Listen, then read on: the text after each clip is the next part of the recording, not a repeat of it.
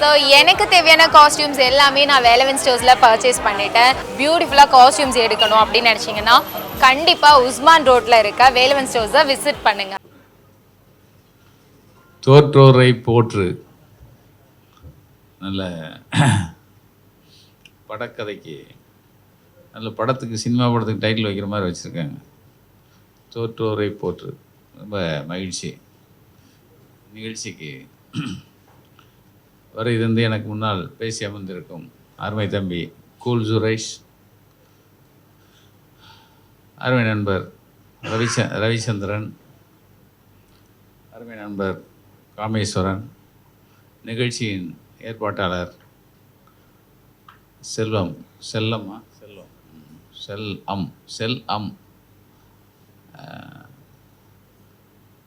நிகழ்ச்சியின் தொகுப்பாளர். ஒரு சின்ன இடத்துல கேமராக்கள் குழுமி இருக்கிற ஒரு மண்டபத்தை இப்போ தான் பார்க்குறேன். அதாவது இந்த இந்த நிகழ்வு தான் பத்திரிகையாளர்கள், இந்த தொலைக்காட்சி மற்றும் ஊடகவியாளர்களுக்காக ஒரு நிகழ்ச்சி நடப்பது போல் ஒரு தோற்றம். ரொம்ப சந்தோஷமாக இருக்குது. இவ்வளோ கேமரா, இந்த நிகழ்ச்சிக்கு இவ்வளோ கேமராங்கிறது நான் உண்மையிலே ஆச்சரியப்பட்டேன். உண்மையிலே அப்போது தோக்குறவங்களுக்கு ஒரு ஊக்குவிப்பு, அதை ஊக்குவிக்கிறதுக்கு இவ்வளோ பேர் வந்திருக்கிறது அவங்களுக்கு தான் முதல்ல பாராட்டு. இந்த ஊடகவியாளர் எல்லாருக்கும் உண்மையிலே சந்தோஷமாக இருக்குது. ரவிச்சந்திரன் ரொம்ப நல்லா பேசினேன். ரவிச்சந்திரன் தானே? ஆனந்த் நல்லா எமோஷ்னலாக பேசினார். ரொம்ப நல்லா இருந்தது. உண்மையிலேயே அவர் கூட டைரக்டர் அந்த தொகுப்பாளரை கூப்பிட்டு அவரை போதும் நிறுத்த சொல்லுங்க. நான் தான் இல்லை போட்டும் அப்படின்னு. ஏன்னா நல்ல இப்போ நான் வந்திருந்த 5 தம்பிகளும் அவர் பேசின பிறகு தான் அவங்க மூஞ்சில் சிரிப்பே பார்த்தேன். எல்லாருமே சொல்லுவாங்க, எல்லாரும் ஜெயிச்சுட்டு வந்ததே இல்லை, நீங்கள் எல்லாருமே பாஸ் பண்ணிட்டு வந்தவங்க எத்தனை பேர் இருப்பாங்கன்னு எனக்கு தெரியாது. நானும் பாஸ் பண்ணி தான் வந்தவன். ஆனால் நிறைய முறை நான் சொல்லுவேன், வீரப்பன் என் மூஞ்சை பார்த்தா வீரப்பன் ஞாபகம் வரும்ல. நான் 100 முறை தோற்று தான் 11 தடவை பார்த்துருப்பேன்னு சொல்லுவேன். அதாவது அப்போ ஒரு முறை போனோம் வந்துட்டோம் இல்லைன்னா நான் இந்த இப்போ என்னை பார்த்தோன்னே என் தம்பி சத்யா வந்திருக்கா. அப்படி நிறைய ஊடகவியாளர்கள் நிறைய பேர் நமக்கு தெரிஞ்சவங்களாக இருக்காங்க. இவங்க மத்தியில் நிற்கிறேன். இன்றைக்கும் ஒரு 36 வருஷமாக நிற்கிதுன்னா நம்ம பட்ட கஷ்டம் நிறைய இழந்துட்டோம், நிறைய விலை கொடுத்துட்டோம். ஆனால் அதை மீறி நிற்கிறதுக்கு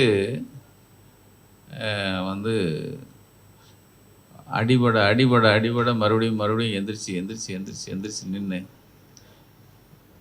இன்றைக்கி இந்த நிகழ்ச்சியில் கலந்துக்கிற அளவுக்கு நம்ம நிற்கிறோன்னா நிறைய அடிபட்டோம். நான் தம்பி கேட்கும்போது செல்லமும் காமேஸ்வரனும் வந்தாங்க. இந்த மாதிரி நாங்கள் ஒரு நிகழ்ச்சி நடத்த போகிறோம், இது ஃபெயிலானவங்க 12ஆம் வகுப்பு ஃபெயிலானவங்களை கூப்பிட்டு வச்சு பாராட்ட போகிறோம். ஒரு புதுசாக இருந்தது.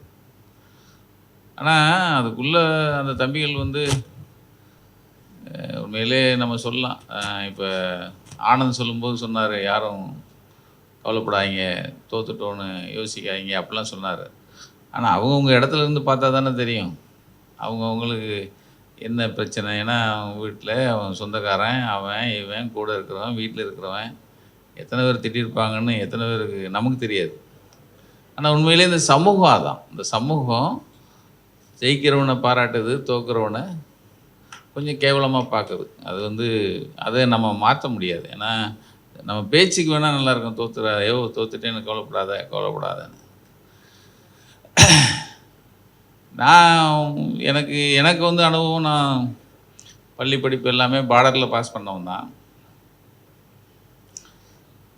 ஆனால் முதல் முறை சென்னைக்கு வரும்போதே நான் வந்து எங்கள் அப்பா கூப்பிட்டு அந்த மூலையில் ஒரு 4 மூடை இருக்குது, அதில் ஒரு மூடை எடுத்துக்க, நாட்டு கெட்டு கிடக்கு, போய் திருத்திட்டு வா அப்படின்னு சொல்லிலாம் அனுப்பல.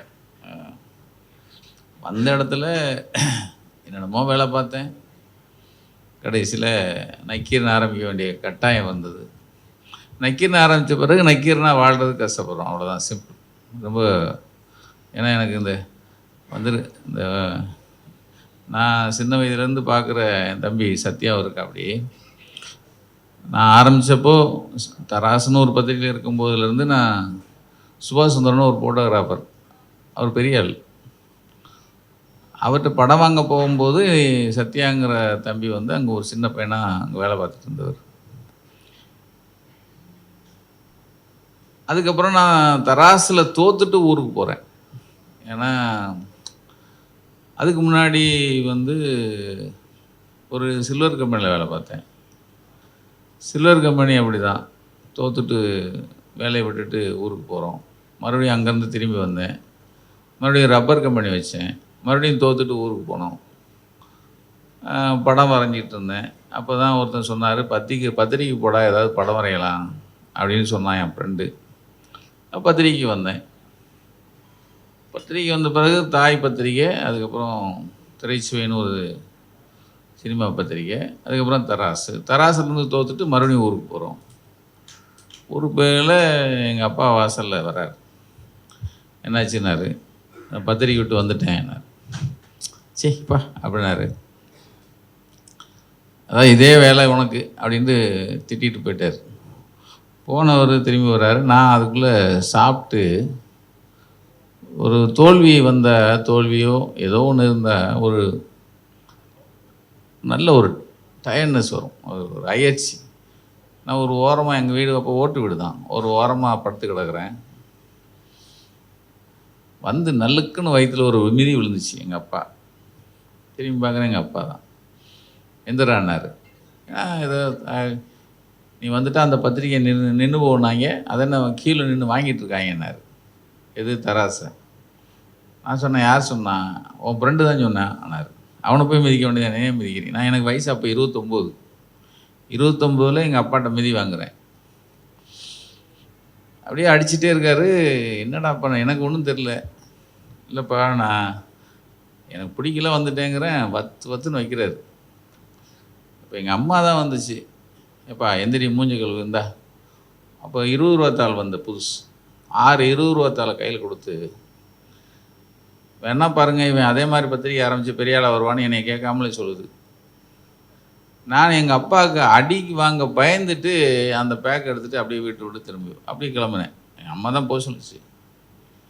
அப்படியே ஊருக்கு வரோம். 120 ரூபா. அது அப்போ டிக்கெட் அருப்புக்கோட்டையிலேருந்து மதுரையிலேருந்து சென்னைக்கு 32 ரூபா. அது போக மிச்ச ரூபாயோட வரோம். வந்த இடத்துல மறுபடியும்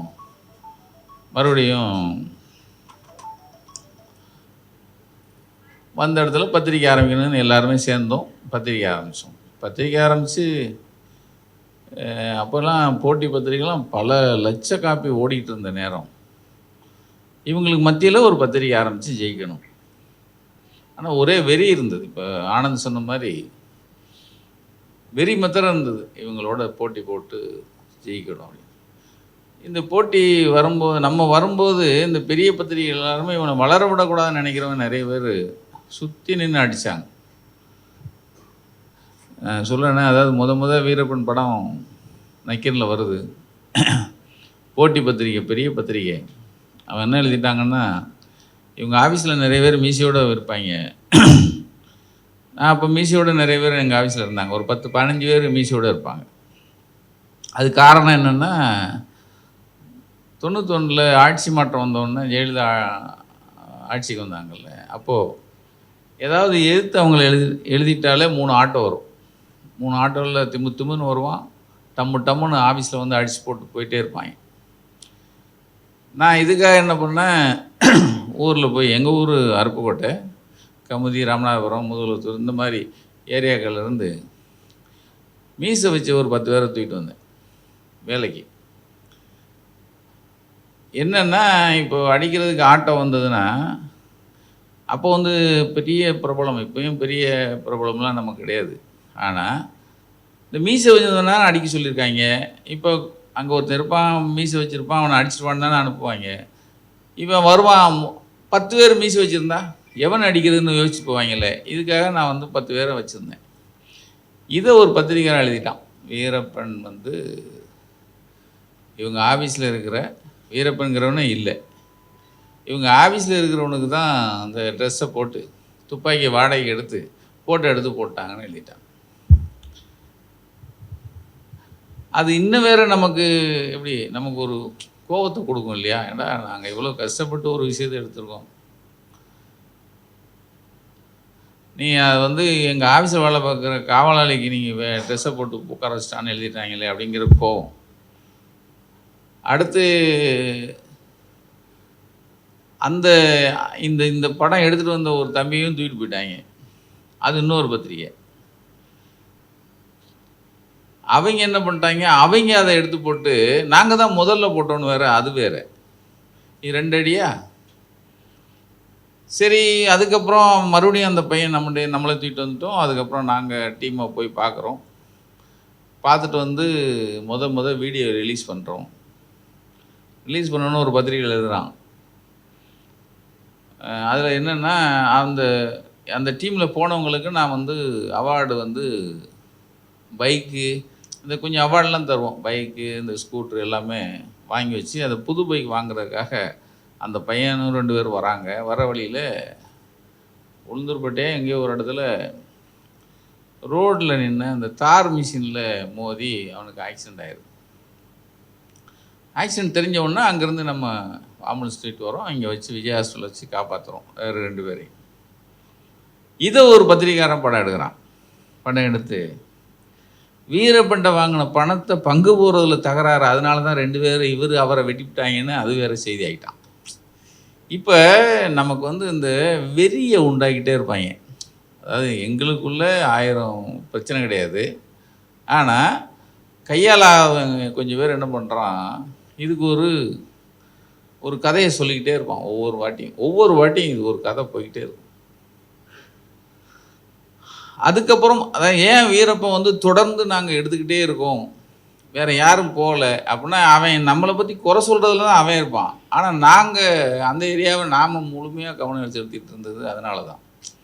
இவன் நாங்கள் போயிட்டு வந்தால் நம்மளை குறை சொல்கிறதுக்கு மாத்திரம் இருப்பான், நாங்கள் மாத்திரம் வீரப்பன் ஏரியாவுக்குள்ளே கவனம் செலுத்திட்டு இருப்போம். இப்போ பாருங்கள், 93 பார்த்தோம், இன்றைக்கி 30 வருஷம் ஆயிடுச்சு, 31 வருஷம் ஆகுது. இன்றைக்கி வரைக்கும் அதை பேசப்பட்டுட்டே இருப்போம், இன்றைக்கி வரைக்கும் பேசிக்கிட்டே இருக்கும். இப்போ கூட வந்து உட்காந்தோடனே நம்ம ஆனந்த் சொன்னார், சார் அந்த வீரப்பன் டாக்கு சீரீஸ் பார்த்தோம், பூசை முனுசாமி வீரப்பன் டாக்கு சீரீஸ் வேறு லெவல் அப்படின்னாரு. இன்றைக்கி வரைக்கும் 31 வருஷமாக பேச்சில் இன்றைக்கி வரைக்கும் நிற்கிறோம். ஆக இதுக்கு முன்னாடி நான் சொன்ன மாதிரி ஊர்லேருந்து வரும்போது நாட்டை திருத்துறதுக்காகலாம் வரல. நான் ஒரு பொழப்பு வந்த இடத்துல பத்திரிக்கை ஆரம்பித்த பிறகு மற்ற பத்திரிக்கைக்கும் நமக்கும் என்ன வித்தியாசம் காமிக்கணுங்கிறதுக்காக தான். அந்த எந்த குற்றம் நடக்குதோ, எந்த ஒரு சமூகத்தில் ஒரு பிரச்சனை நடக்குதோ, அந்த ஏரியாவுக்கு போய் அதை எடுத்து கொண்டு வந்து மக்கள்கிட்ட கொடுக்கணுங்கிறது தான். அதை மாத்திரம் தீமாக எடுத்துக்கிட்டோம். அதில் நாங்கள் வந்து நிறைய விஷயங்களை சமூகத்தில் இப்போ பார்த்திங்கன்னா, நக்கின ஆரம்பித்து 36 வருஷம் ஆச்சு. 36 வருஷத்தில் நாம் சமூகத்தில் நடந்த அத்தனை பிரச்சனையும் நக்கீரன் தொட்டதாக இருக்கும்.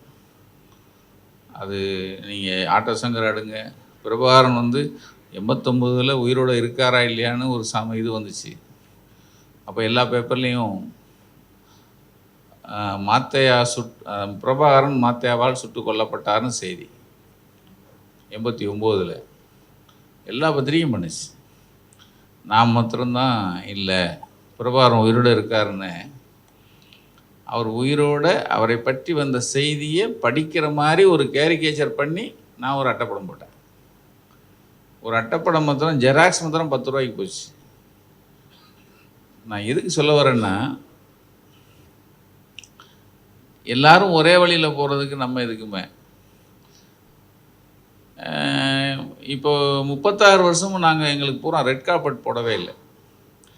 நாங்கள் வளமாக இருந்து வந்தோடனே என் தம்பி சத்யா சொன்னான், ஏன்னா இந்த கோடை காலம் எங்கேயும் வெளியே போகலையான்னு ஃபாரின் போகலையா அப்படின்னா, சத்தியமாக இது வரைக்கும் நான் எந்த ஊருக்கும் போனதில்லை. எந்த ஊர்னால் நான் சொல்கிறது இந்த வாசஸ்தலத்துக்கு போனதில்லை. இத்தனைக்கும் குற்றாலம் நம்ம ஊர் பக்கம்தான், அருப்புக்கோட்டை பக்கம்தான், தென்காசி பக்கம். நான் குற்றாலம் போனதில்லை. ஒரே ஒரு முறை ஏதோ ஒரு கல்யாணத்துக்கு போயிட்டு குற்றாலம் போயிட்டு வந்தேன். இந்த கோடை காலத்துக்கு எல்லாருமே ஃபாரினில் இருக்காங்க. இல்லைன்னா குறைந்தபட்சம் ஏதாவது ஒரு வாசஸ்தலத்தில் கொடைக்கானலையோ ஊட்டிலையோ எங்கேயே இருக்காங்க. ஆனால் நான் அப்படி போனதில்லை. ஏன்னா போகவும் விருப்பம் இல்லை. ஏன்னா நமக்கு ஓடிக்கிட்டு இருக்கோம், நம்ம ஓடிக்கிட்டே இருக்கோம். அப்போது இந்த உயரத்துக்கு வருவோன்னு சொல்லி நம்ம எதிர்பார்த்து இந்த உயரத்துக்கு வரல.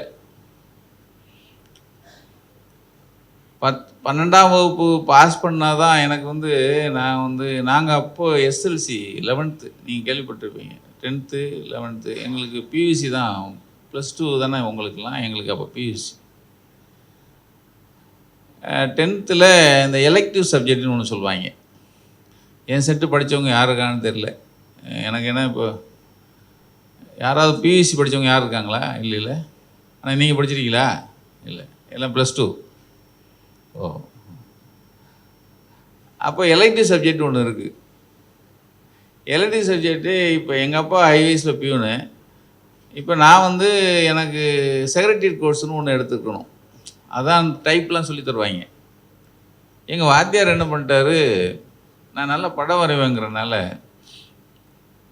இவருக்கு, டேய் நீ பயாலஜி எடுறான்னாரு. பயாலஜி அப்புறம் தான் தெரியும், பயாலஜிங்கிறவங்க ஃபஸ்ட் குரூப்பு. இப்போ உங்கள் செக்ரட்டரி உங்கள் +2ல் ஃபஸ்ட் குரூப்புங்கிறாங்கல்ல, அதோடு சேர்ந்தது. ஃபஸ்ட் குரூப்பு எடுக்க வேண்டிய இதை நான் 3rd குரூப் எடுக்க வேண்டியது. எனக்கு ஃபஸ்ட் குரூப்பு பயாலஜி எடுக்க சொல்லிட்டார்.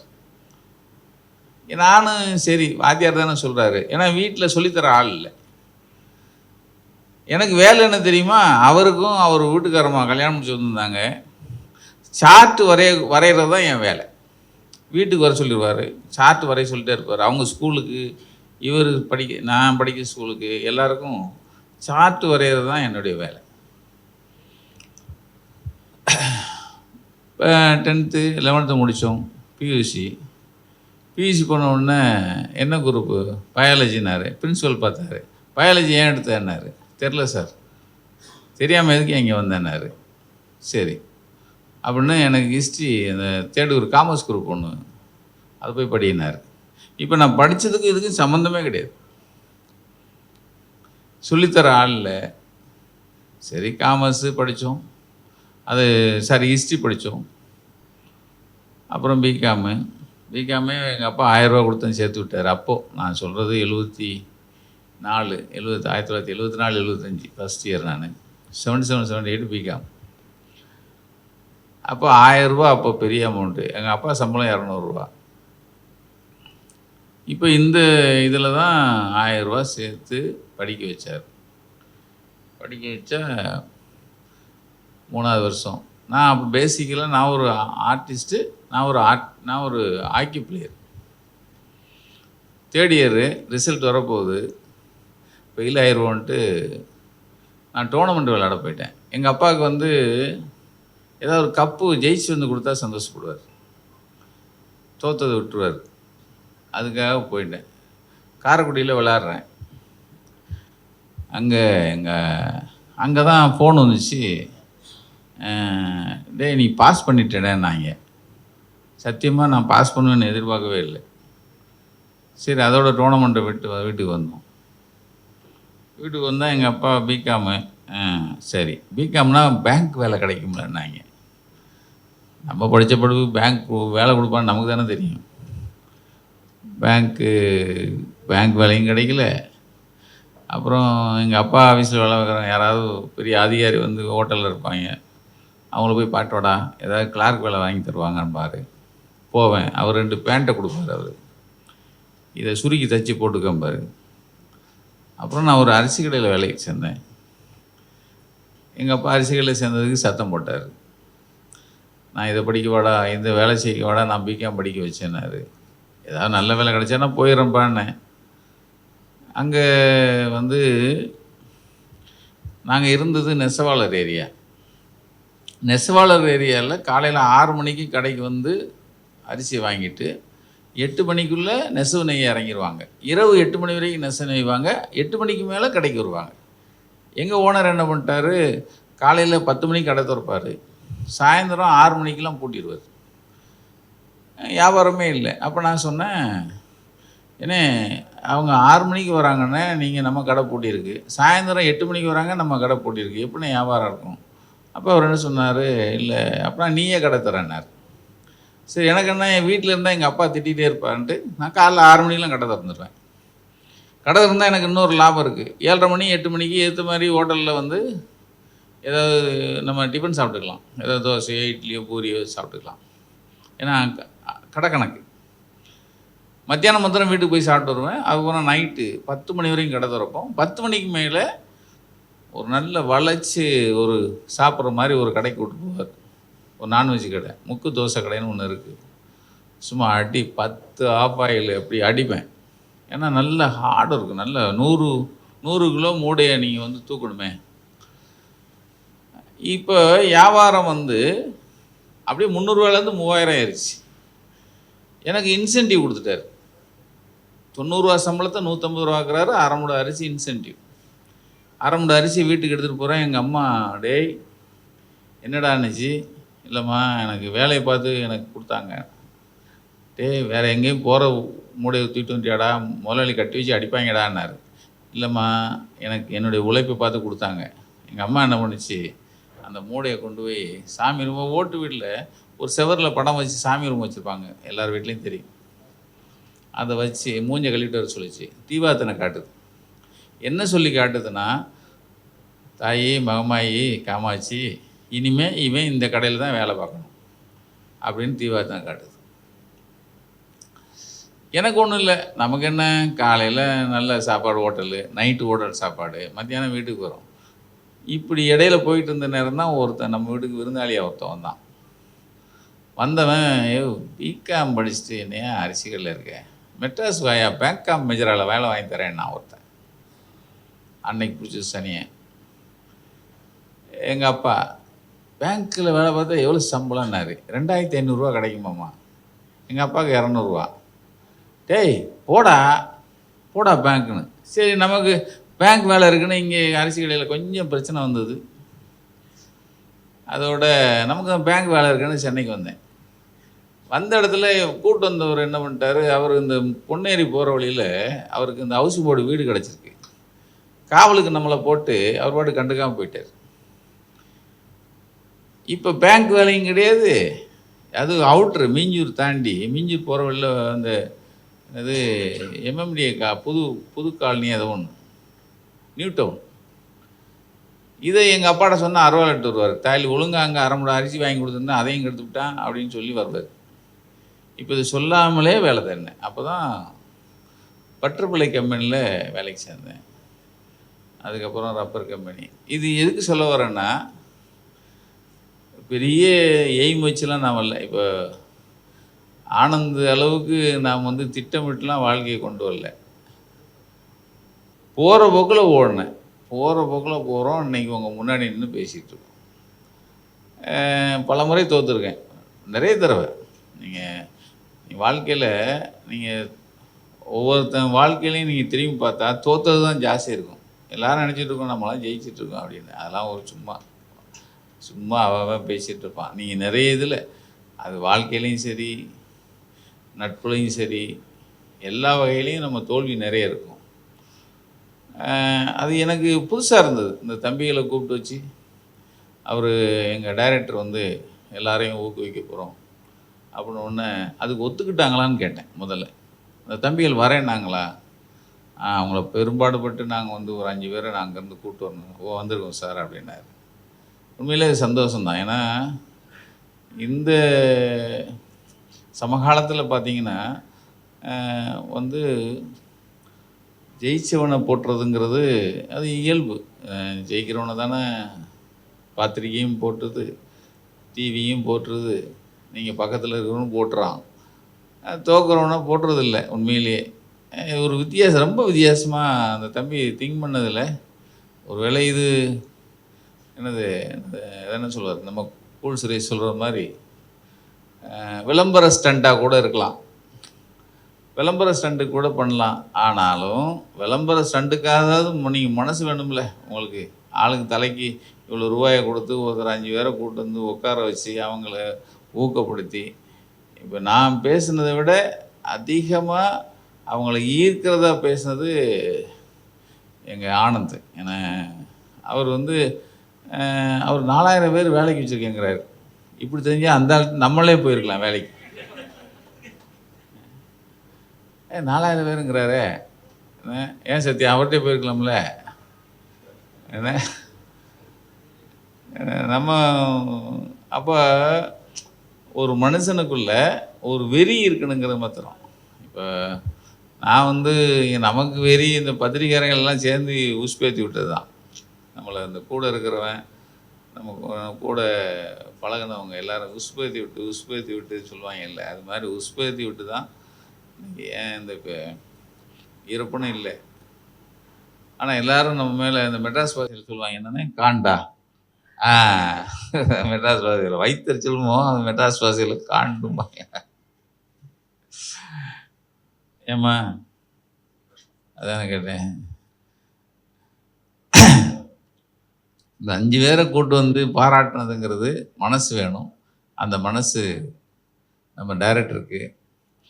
அதை விட முக்கியம், இந்த நிகழ்ச்சியை பார்த்து இதை கவர் பண்ணுறதுக்கு இத்தனை பேர் வந்தது எனக்கு ரொம்ப ஆச்சரியம். மறுபடியும் ஆச்சரியப்படுறேன். ஏன்னா எதையும் சாதாரணமாக நினச்சி வந்துடக்கூடாதுங்கிறது தான். இப்போ நான் நினச்சேன் 5 பேருக்கு ரூபாய் கொடுக்க சொல்கிறாரு, போய் கொடுத்துட்டு ஒரு அட்டை வந்துடுவோம் அப்படின்னு தான் நினச்சேன். ஆனால் வந்த பிறகு பார்த்தா இத்தனை கேமரா அன்னைக்கு இது ஒரு பெரிய நிகழ்ச்சி தான். ஏன்னா எத்தனை பேர் பங்கெடுத்தாங்கிறத விட இதை கொண்டு போய் சேர்க்குற இடம் இருக்குது பாருங்கள். ஆக இந்த தோல்வியை பொருட்படுத்தாமல் அவங்கள நீங்கள் தேற்றுறது இருக்குல்ல, தேத்துறதுங்கிறதுக்கு ஒரு பெரிய மனசு. அந்த மனசு எங்கள் டைரக்டர்கிட்ட, அவரோட சேர்ந்த ஹேமச்சந்திரன், அவரோட சேர்ந்த நட்பு குலாம் எல்லாருக்கும் உண்மையிலே நக்கீரன் சார்ந்த வணக்கம், வாழ்த்துக்கள். இந்த 5 பேர் இந்த வர ஜூலையிலேன்னு உடனே 60 மார்க் எடுக்கிறேன்னு சொல்லியிருக்காரு. 60 மார்க் எடுப்பீங்க, இல்லைன்னா அவரே வேலை தருவார்.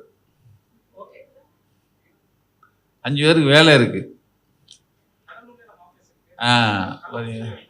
5 பேருக்கு அப்படியே போகும்போது சொல்லுங்கள், நானும் வந்துடுறேன்.